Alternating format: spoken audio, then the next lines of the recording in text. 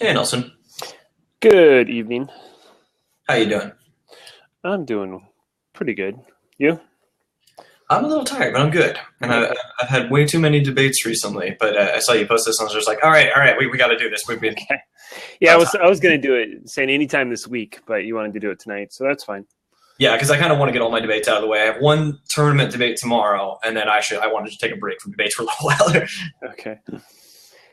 Got to average one a week, I think, right?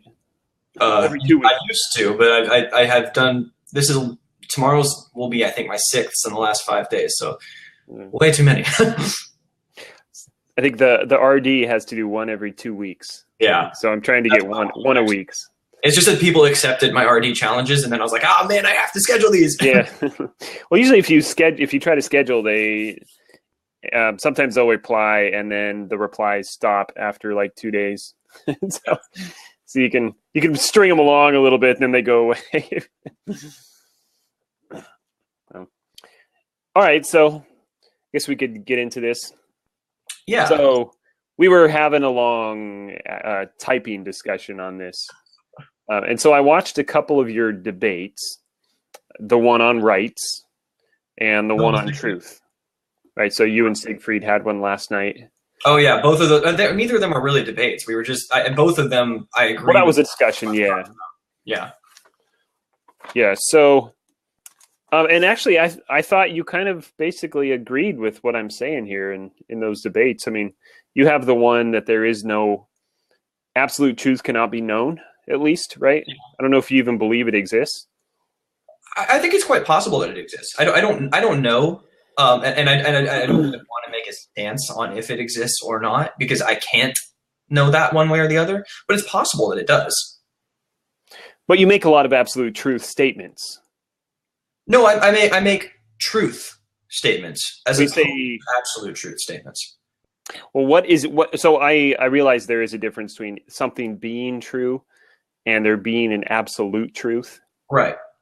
So when I say something is true, and this is what I'm forgetting his name right now, but the one who I just talked with about absolute truth, we both agreed that there is a reasonable degree of certainty that humans can use. That's our standard for coming to know truth. We could know something 99% of the way, but since we will be necessarily limited by our finite minds, we could not claim to know that with the absolute certainty that perhaps an infinite being could.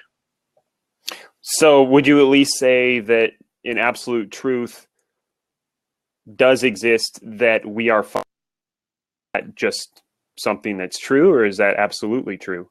It's something that, as far as we can reason, But wouldn't you agree that we are that it is true because an absolute truth is something that is true at all times for all people for all places, right?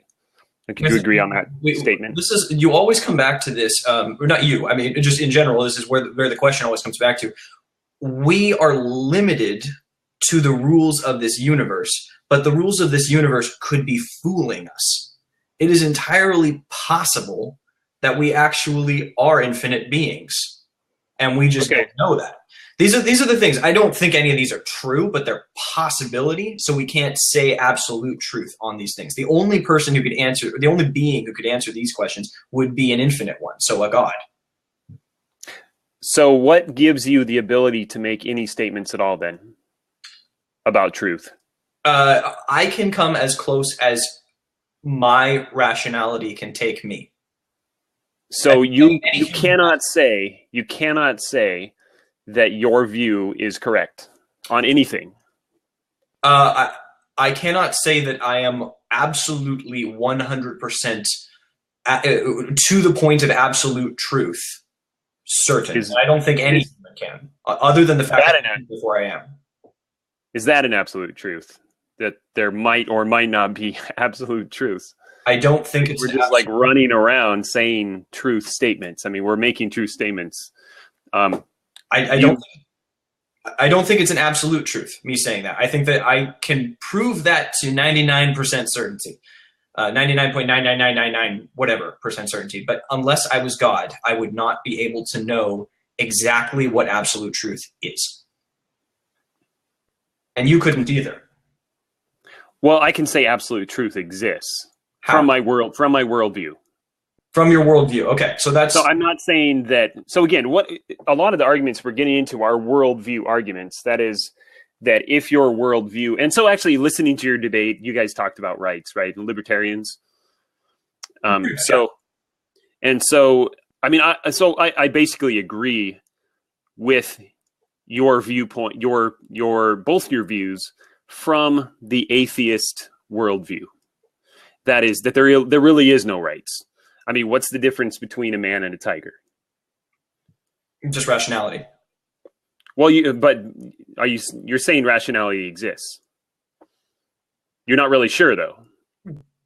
I am not 100% sure that rationality exists. I have a certain element of faith that rationality exists. Well, it's a tremendous amount of faith that rationality exists. No, with every single thing that I have to my disposal, my senses, my sense of touch, my sense of smell, my eyes, my ears, my mouth, every single sense that I have, plus my sense of reasoning, all tell me that I can use a sense of rationality. It is possible that all of these senses are being fooled. Maybe I'm in a matrix world. Maybe that's possible. But I have no evidence. I have no reason to believe that. That I would have to put faith in the fact that my senses are being fooled, or I could put faith in the fact that all of the evidence I have tells me that my senses are telling the truth. What was I going to say? But basically, we know that senses fool us all the time, right? There's really no there. I mean, we can't really put that much faith in our senses. Exactly. That's why I say that we are finite. We cannot know that which is absolute. Well, anyways, if you're basing your viewpoint on reason and morality based on your senses, and you admit that your senses are severely flawed, then your viewpoint of reason and morality are also severely flawed. Correct? Here's the thing, Nelson. All we have in this world is ourselves. We do not have an infinite nature. We do not have any increased ability to know the infinite amount of the universe. All we can do is go as far as possible with what we have, which is our senses and our rationality. And we can either choose to believe in that rationality through faith, or we could choose to disbelieve in that rationality through faith. But if rationality is flawed, and there's no reason to believe that humans have rationality from an atheist, evolutionary viewpoint, I think we should assume that rationality is flawed, that it doesn't really exist. But if there is no rationality, if rationality is flawed, then the entire, I mean, you're kind of building your viewpoint on rationality. I mean, you said that morals, you can use more rationality to come up with morals.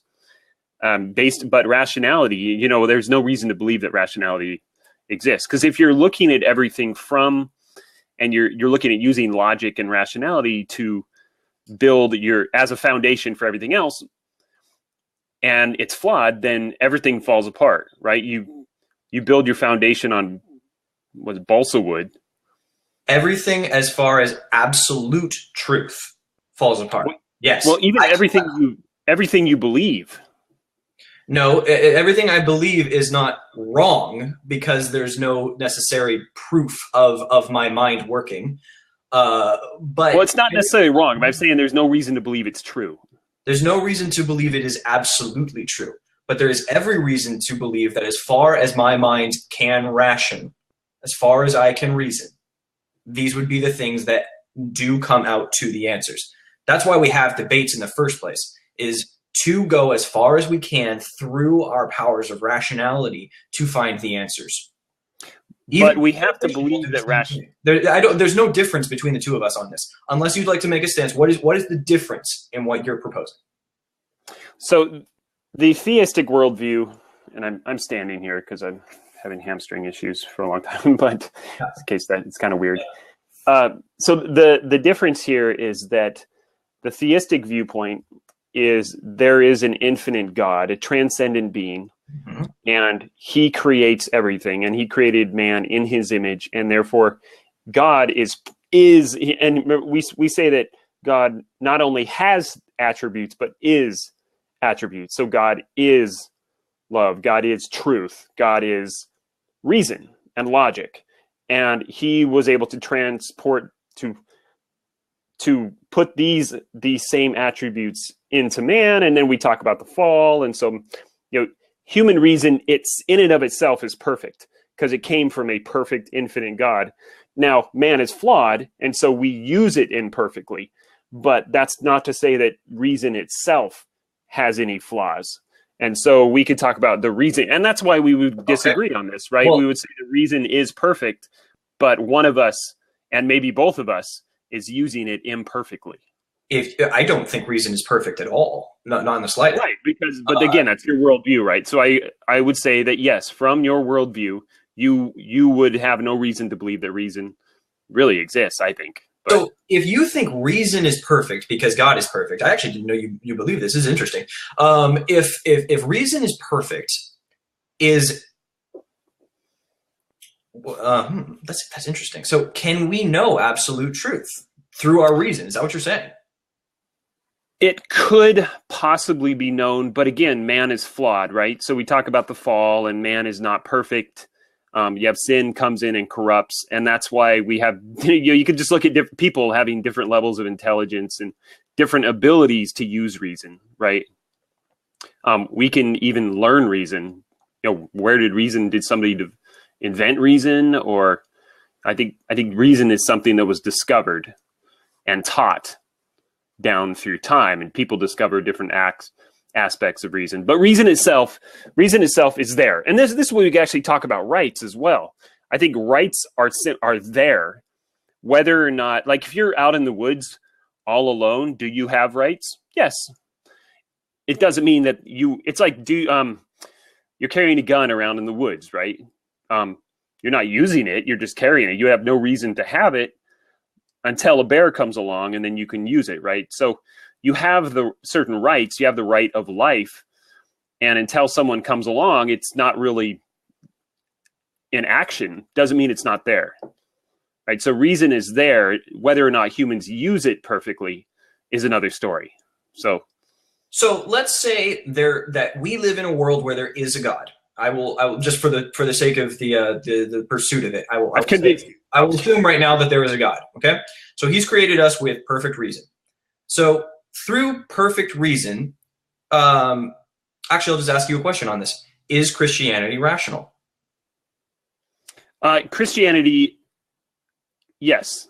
Okay. Now there are flawed applications of Christianity. Again, reason itself is perfect, but the application of reason is not. So if we were to apply perfect reason, we would come to Christianity and all of its tenets.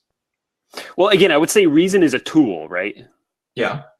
It can be used in different ways. A knife is a tool. It can be used, you can cut yourself with a knife, but if we use the tool properly, we would come to the conclusion of Christianity and all of its tenets. Yeah, I would say so. I would believe that, yes. Okay. But so all of the moral claims of Christianity are rational. Well, what are you talking about? Moral claims of Christianity? I think the gospel. Are the things that Christianity claims, are they rationally through our perfect reason? If we were to use perfect reason, which you say we have, would we come to Christianity and its moral claims? I believe so. Okay. So here's where we now come to my perspective on this debate. According to your worldview, rationality would take us to the same moral standards that Christianity takes us. So an atheist who relies on rationality could come to the same answers that Christianity has. So when your topic says atheists are amoral, that they have no morals because they lack a foundation to draw morality from, that's not true, because rationality could come out to the same exact morals. Now, before you respond, I want to go further onto this in a little bit, okay? So I am an agnostic atheist. I have morals. I have principles. The definition of morals, let me grab this here. The definition of morals was a person's standards of behavior or beliefs concerning what is and is not acceptable for them to do. I have these. I have standards and principles of belief. These standards and principles of belief come from rationality. This is a different basis for the standards of belief than what you might have, but they still are morals.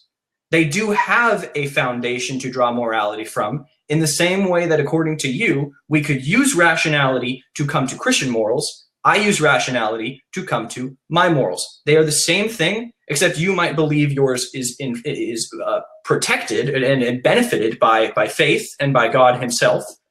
But my standards will take me to a different conclusion, but perhaps I might be using my standards inaccurately. Maybe my logic is not correct.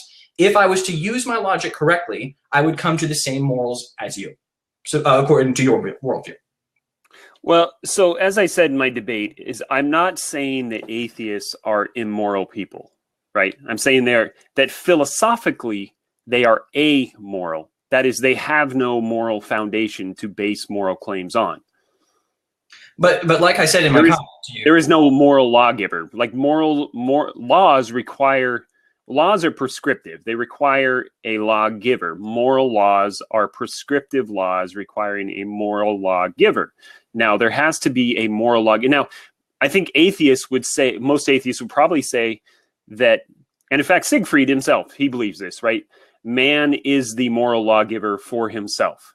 Sure, rationality. It's the same thing as what I'm saying. Siegfried, dude, if you watch the debate, he pointed out that he's very good at framing things in a way that is smarter than me. Or no, I think I pointed that out, but he frames it better. But that is the same thing I'm saying, which is that through rationality we come to these morals. He's correct to frame that in a way that says that makes man his individual God. Sure, I agree. So I think every man is a law unto himself, or something like that, right? There's a famous phrase that I'm trying to think of what it was, but man is basically, man is the measure of all things. Kind of, you could take a little twist on that, but my point would be that nobody can live that way. Nobody actually does live that way. Oh, well, I mean, talk to me here. Do you think that I have no standards of behavior? Do you think I have no beliefs concerning what is or is not acceptable? Well, again, this is when I say I believe that theists and atheists, they did you watch some of the other debates on this topic? I only have watched yours. I've been watching football all day, but I'll watch some of the others a little bit. It's Sunday. Football's yesterday. So that's the whole Saturday, Friday and Saturday. Sometime for a tournament debate.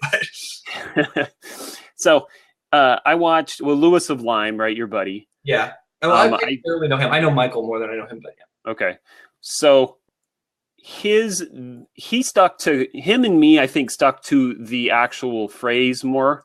The other two cons really talked a lot about who is more moral, not who has more morals, but what moral law is more viable. And when you say that, you're making an appeal to a universal moral law, right? If you're saying, Well, can I butt in here? Because that's not what Matt was saying. Matt was saying that each side would have a moral position on every individual moral. So he was focusing specifically on more morals, because if Christians have a certain which one was that, by the way? The one you debated. Okay, yeah. Well, I mean, besides us, I think me. Oh, okay. Lewis, those two debates, we stuck a little bit more to the title, but I was watching the other ones, and the cons were really not my con, but I think me and the guy I debated actually are probably really close in agreement if we talked it out, because I think he is a Christian. So that's what his profile. And so the other two, though, I think there were actually 5. I didn't watch the latest, but I did watch the other 3, not the latest, but they tended to go to a universal moral law. They appeal to a universal standard. saying that, you know, Christians kill, Muslims kill, therefore they're not moral. And they kind of got into a moral debate. And so I was saying, well, you know, you're appealing to a universal moral standard there. How do you get that from your viewpoint? Now, getting back to the idea that each person is his own moral lawgiver, I would make the claim that nobody can live that way. Nobody does live that way, because if you're saying that I believe there is a universal moral lawgiver, and he has written it on the heart of man. I said that in my debate, right? That's what Paul says in the New Testament. And so atheists, theists, we all believe in these universal moral laws. And again, they came out in those debates. But my point would be that people can say, an atheist can say, I make my own moral laws, but they wouldn't allow others to do the same thing. And I said that, you know, atheists want to push their moral viewpoints on other people. And my point there was that if I come over to your house and I start digging through your drawers, you know, are you going to say something to me? Well, here's the thing. Let's come back to this whole idea that if we used perfect reason, which obviously we are fallen, so we wouldn't do that. But if we were to manage to use perfect reason, each individual would come to the perfect answers. So each individual is able to be his own moral lawgiver because of that reason. That same reason that you yourself believe in as a Christian. It's the same thing. It just starts at a different place.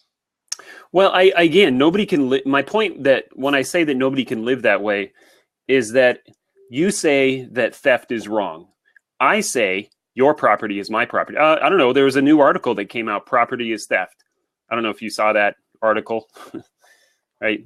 That's a very communist mentality. There's yes. communists even in the Libertarian Party who would believe that. Yeah. Yeah, actually, you said you were a Libertarian delegate, right? Yeah, I was. Yeah. Yeah, caused me to chuckle because I'm very anti-LP. Oh, okay. I think the LP is anti-L. I mean, you have similar like limited government leanings, but it's a different sort of limited government than I go for, and a different one than Siegfried goes for. So we end up clashing, even though we mostly agree. We clash on it a lot. Well, again, I think I disagree with you on quite a bit, because I think that there are, well, obviously universal moral laws, and I think there are natural rights. I believe in natural law, and in fact, that's going to be my dissertation, is natural law. Yeah. So I actually am going to get a little more into that, but I've got into free will. But anyways, yeah. So wait, before the LP, the thing is, I had Gary Johnson was the anti-libertarian Gary Johnson. So anyways, that was just a little side note. Where was I? there was one thing I had that I wanted to follow up on here. Let me see. Damn it, I forgot it. Go ahead. Okay, so I guess I'll just get back to the idea that nobody can live that way. What I mean by that is that my personal morals are that property is theft and you can't have property. Now, of course, that's not mine, but so your morals are that the property that you have been able to obtain belongs to you, right? Would you say that the cash in your pocket belongs to you? I say the cash belongs to society. I'm going to come over and take it. What do you have to say? It would be, that would, like, if we were using perfect reason, like you're saying that humans should do, that through Christianity they are enabled to do this, then we would not have that problem. That same problem exists in Christianity, in which you have 33,000 different Christian denominations. What you're saying, no. You don't, but you have a lot. Christian denominations. You have a lot, but 33,000 is an excessive number, I think. Well, it is. You're right.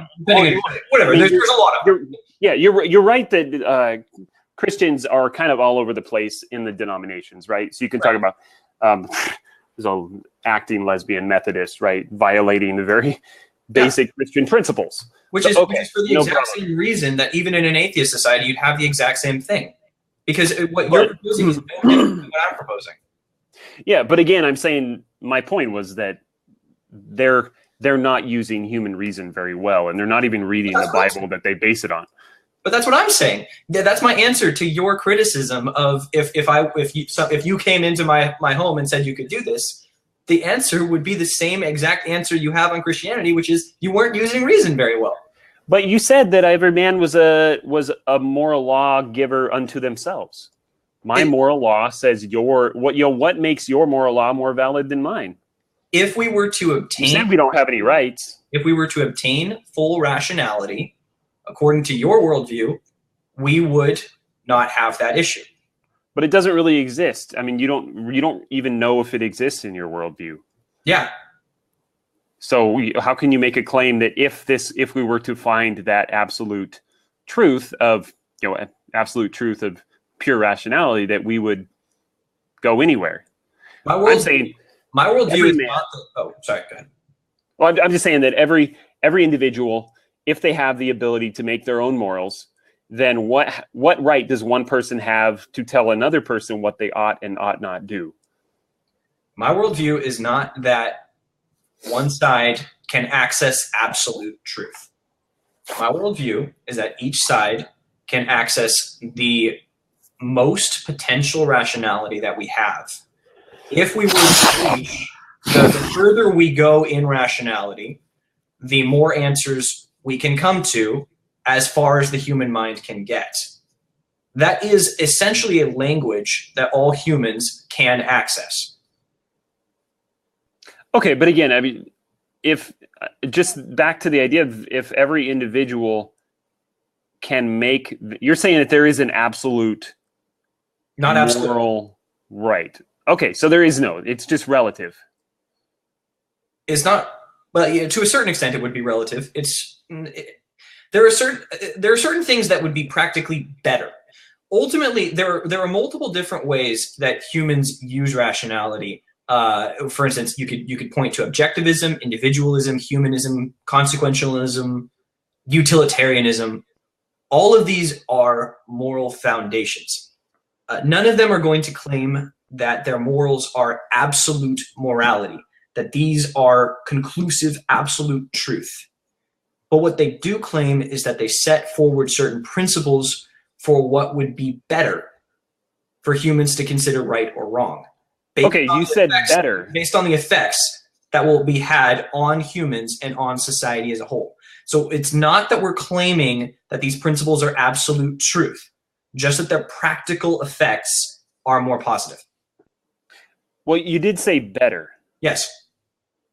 Well, if you're saying there is something and there is something better, you're implying there is a perfect, like there is an absolute best.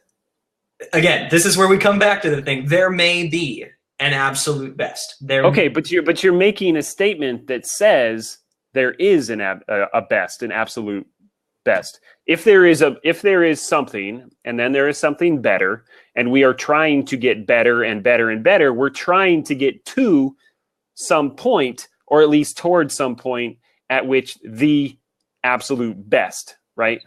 We're aiming for that, but that doesn't mean it exists. Okay, so how can we aim for something that doesn't exist? I can picture it must exist. It must exist if we're going to aim for it. If we're going to shoot for it, if we're saying there is something and there is something better, then there has to be something best. This is the ontological argument for the existence of God, that you have to be able to picture the perfect thing, and that because there are different gradations of it, if you can picture it, it would therefore be there.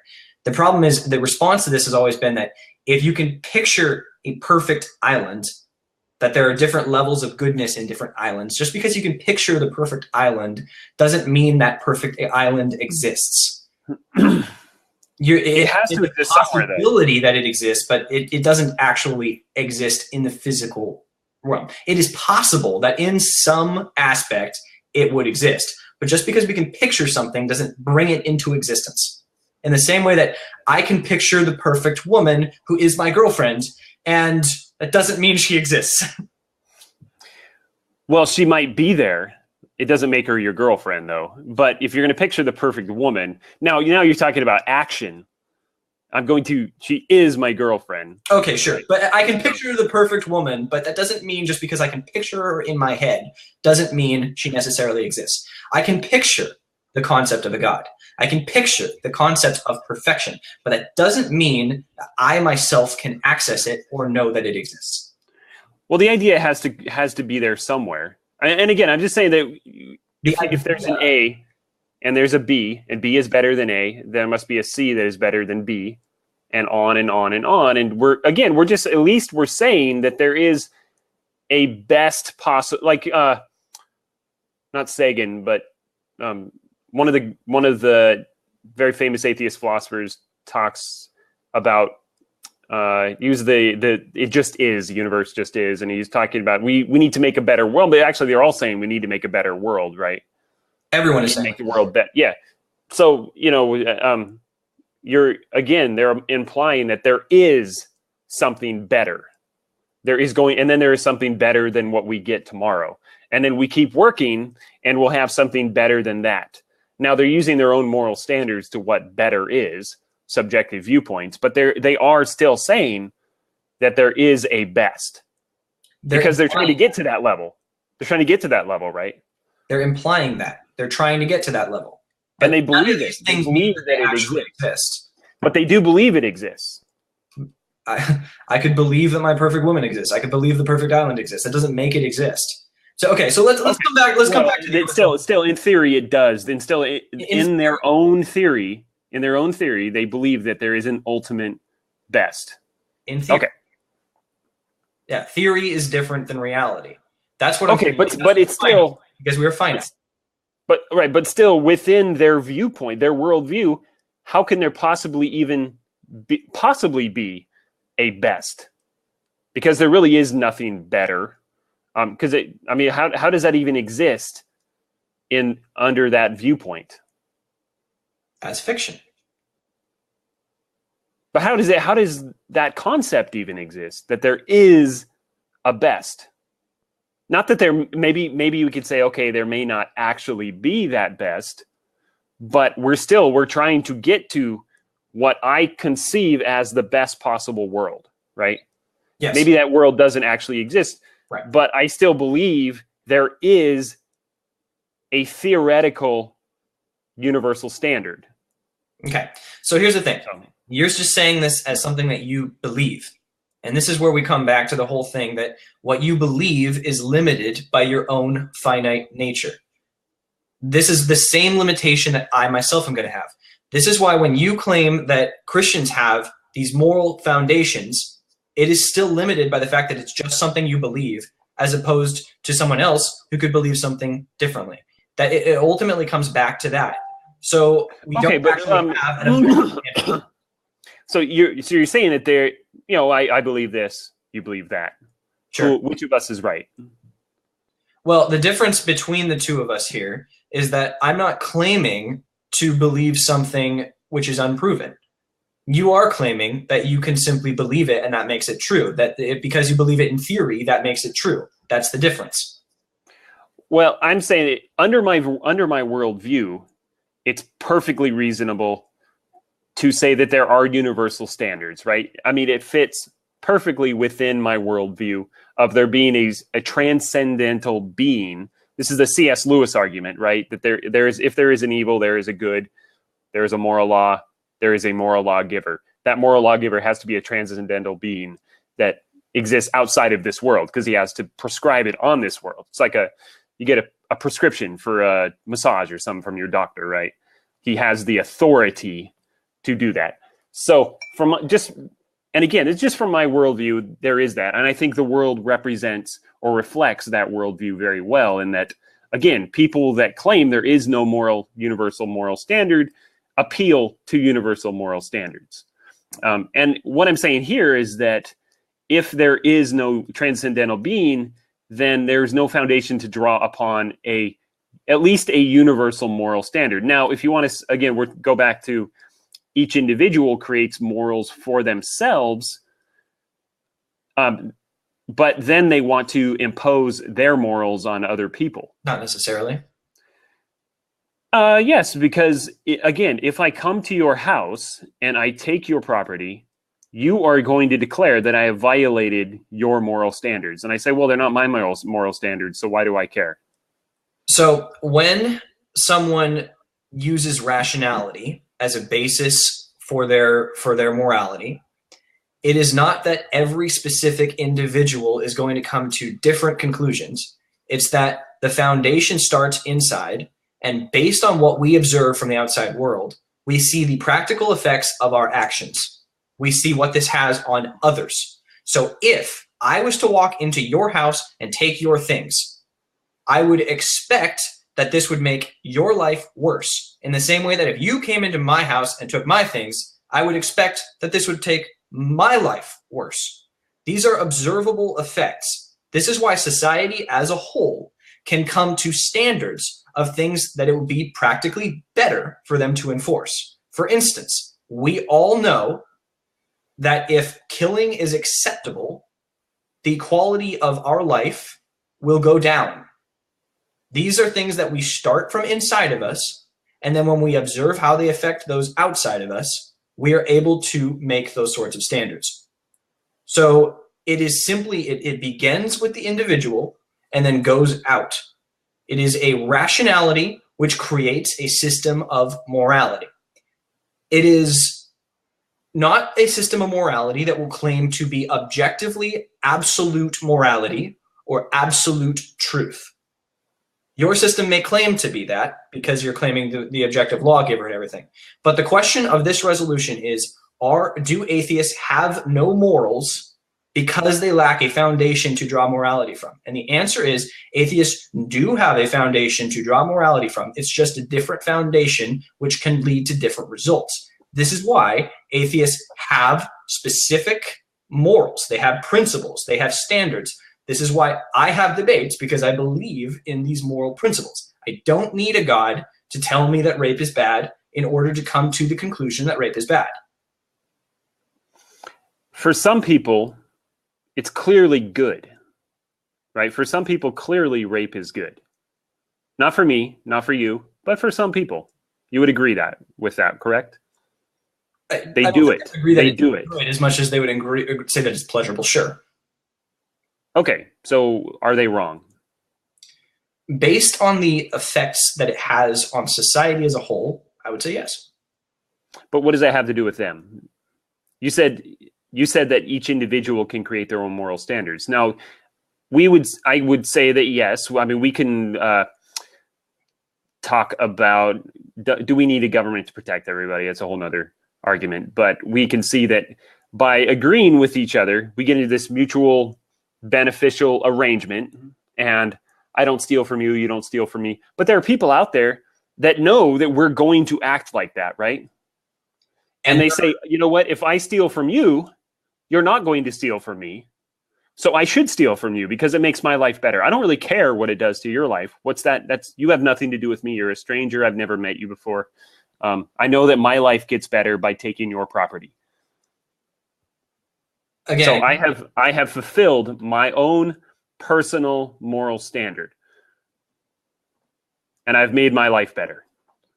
Now, you can say whatever you want about society, but society has already agreed that they weren't going to steal from me. So, you know what? I'm going to go steal from them. So, one more time. I don't think that any atheist would claim that their standards are absolute truth. No atheist claims that. That's not the topic that we have here.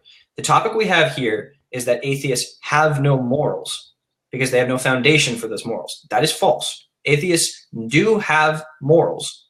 They just come from a different place. They come from a different perspective, and they manifest themselves in different ways. I mentioned a bunch of different examples. I even wrote some of them down. Let me read them one more time. Different ways in which atheist morals can be manifested. You could have objectivism, individualism, humanism, consequentialism, utilitarianism. Particularly, let's talk about utilitarianism. The ideas of what one person does being judged off of the utility of it and what it will then do to those around them. These are standards that humans can together agree on, and they may start with the individual. but then they branch out to society as a whole. Well, I would say humans cannot agree on anything, and utility is a subjective. You're familiar with the subjective value theorem. It's a that's pretty why standard I don't claim basis. the absolute truth. That's the difference. Okay, so it's not a foundation then, because a foundation has to be a rock solid platform from which you can build your view from. So in order to be a foundation to draw morality from, it has to be immovable. No. Here's the difference. And you just build your foundations on cloud 9, but that doesn't make them. In fact, that doesn't even make them moral standards. I mean, we're talking about moral standards here. Which is the same thing I could say about Christianity. If it's not based on an objective or fair standard, then it also suffers from the same thing. Which is why each of us, yeah, I know you'll say it is, of course, but that's where we come back to the same exact thing. Each of us are looking for something to base things off of, but at the same time, you gave me 5 standards. You said it could be this, it could be that. So you don't even provide a foundation to base morality from. You're saying it could be this, could be that, and I'm saying, okay, nobody can live that way though. Nobody lives that way. Utilitarianism. Well, you know what? Me stealing from you makes a better society for me, because I know you probably won't steal from me. So it makes a better society for me. So that's what I'm going to do. And you want to say, well, I shouldn't steal. I said, well, who are you to impose your own personal morals on me? Right. So I'm saying nobody can live that way. So I think if you can't live within your worldview, you need to get a new worldview. You can live within that worldview, which is why so many atheists do. They don't live moral standards. But they don't live within it. They don't live consistently within their worldview. So again, I read this before, but I could just say, I'll insert Daniel in here. In his book on politics, he attacks man for trampling on morality. In his book on ethics, he attacks morality for trampling on men. Therefore, the modern man in revolt has become practically useless for all purposes of revolt. By rebelling against everything, he's lost his right to rebel against anything. So it's just The Man in Revolt by G.K. Chesterton. It's just a paragraph, but I read the whole thing before. Or you can read Nietzsche and all these other people that say without the idea, doesn't have to, he didn't even believe in a God, but without the idea of some transcendental being, the earth is just withering. What is it? North, south, east, west, up, down, left, right, whatever. So again, there is a huge difference between the concept of absolute truth or objective morality versus the idea of morals. And you said they were the same thing too. No, they're not. No, this is what you did. But in your other debate, you said truth and morality are essentially the same thing in your tournament debate. And morality are different than absolute truth and absolute morality. I am not claiming to know absolute truth or absolute morality. That's the difference.